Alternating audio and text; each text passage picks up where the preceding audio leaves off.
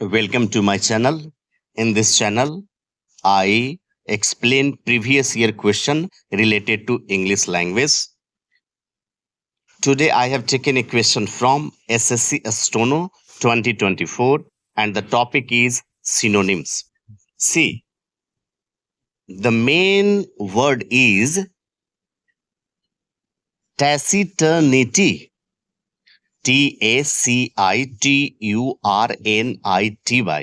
Taciturnity. So, first of all, I will discuss the term taciturnity in detail so that you can choose the correct one. See,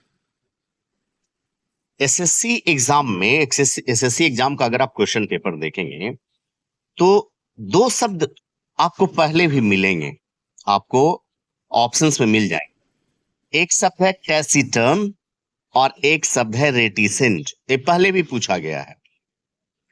टैसिटर्न adjective है। इसका मतलब क्या होता है? The tendency to speak very less, बहुत कम बोलने की प्रवृत्ति।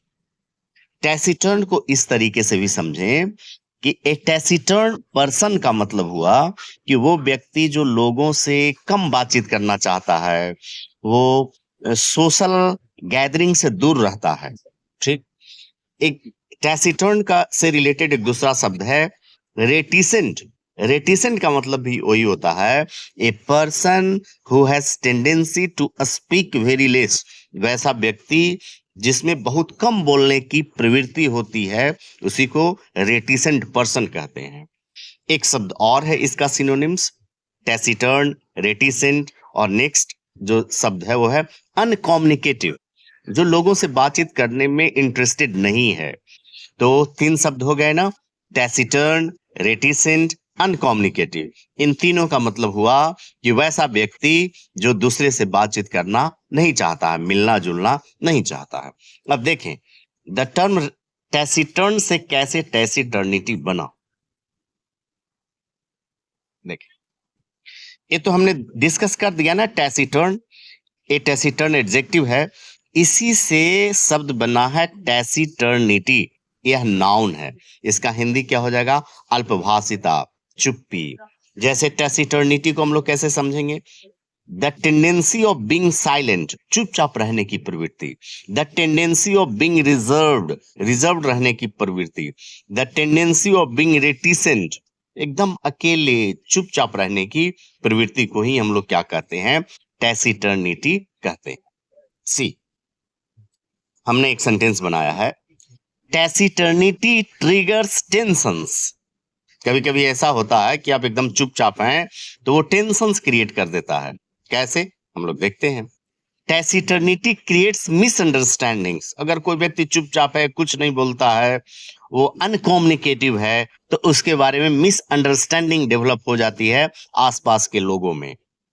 टैसिटर्निटी आइसोलेशन और लोनलीनेस, अगर कोई व्यक्ति इसको मेंटेन करता है तो भी टेंशन क्रिएट हो जाता है।